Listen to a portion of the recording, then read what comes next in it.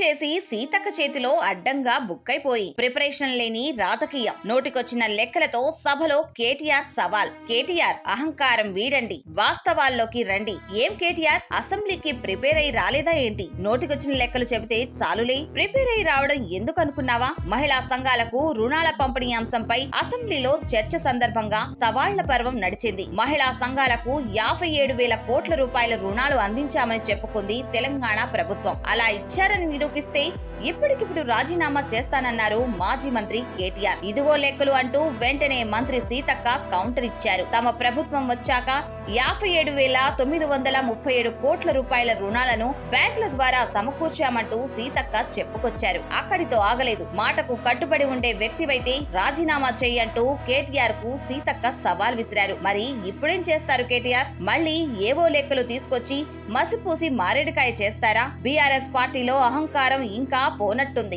అధికారం నుంచి దిగిపోవడం ఇప్పటికీ దిగమింగలేకపోతున్నట్లుంది. దబాయించి రాజకీయం చేయడం అలవాటైంది కదా. ప్రతిపక్షంలో ఉన్నా అలాగే చేస్తే సరిపోతుంది అనుకున్నారేమో. ప్రజలు బీఆర్ఎస్ పొగరు అణిచి 2.5 ఏళ్లు దాటింది కేటీఆర్.